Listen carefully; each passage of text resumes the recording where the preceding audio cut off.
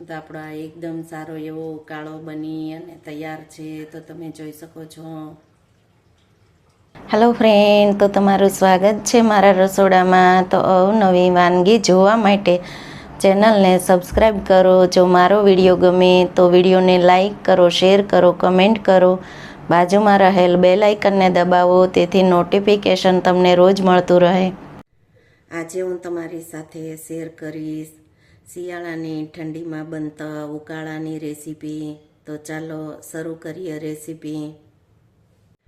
ઉકાળો બનાવવા માટે 5 લવિંગ, 2 એલચી, 1 ટુકડો તજનો, 15 મરી, 2 ચમચી સાકર, 15 થી 20 પાન ફુદીનાના, 15 પાન મીઠા લીમડાના અને 15 થી 20 પાન તુલસીના, 1 ચમચી ખમણેલા આદુની પેસ્ટ. ઉકાળા માટે આપણે 1 લીટર પાણી લીધેલું છે. આ બાઉલમાં પાણીને એડ કરી દેશું.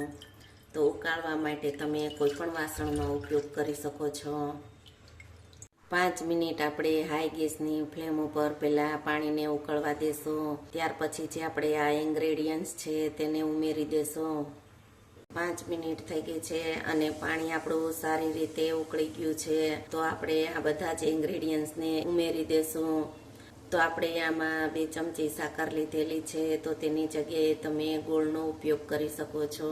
તો આપણે આ બધા જ ઇન્ગ્રેડિયન્ટ્સને એકસાથે જ ઉમેરી દેશું.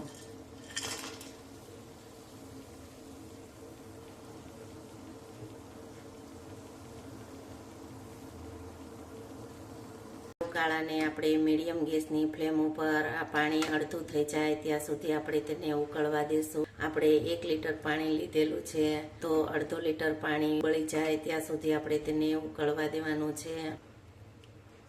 તો મીડિયમ ગેસની ફ્લેમ ઉપર તેને આપણે ઉકળવા દેશું.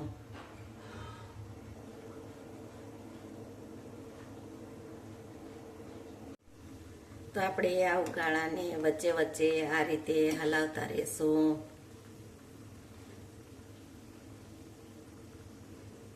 શિયાળામાં વધારે ઠંડી પડતી હોય અને શરદી ઉધરસ હોય તો તેના માટે આ ઉકાળો બહુ જ ફાયદાકારક છે. તો શિયાળામાં જો આ રીતે તમે ઉકાળો બનાવી અને પીશો તો ક્યારેય તમારે ડૉક્ટરની દવાની જરૂર પણ નહીં પડે. તો આ ઉકાળો શિયાળામાં બહુ જ ફાયદાકારક છે.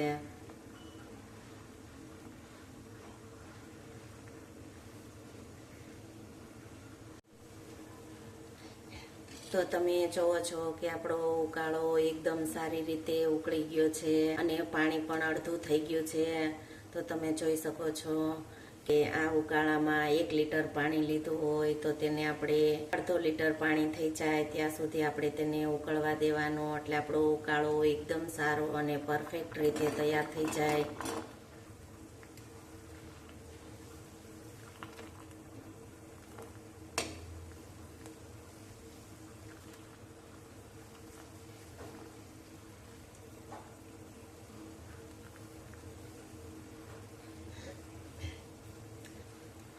તો આપણો આ દાદીમાનો ઉકાળો એકદમ સારો એવો બની અને તૈયાર છે.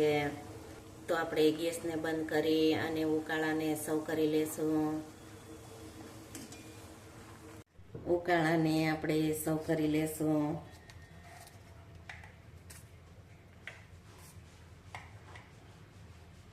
ગરમા ગરમ ઉકાળો બની અને તૈયાર છે.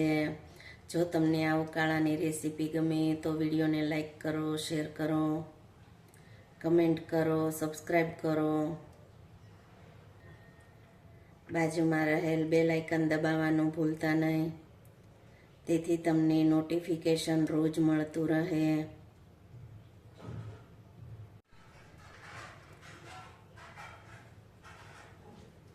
તમે જુઓ છો કે આપણો એકદમ સારો એવો ઉકાળો બની અને તૈયાર છે.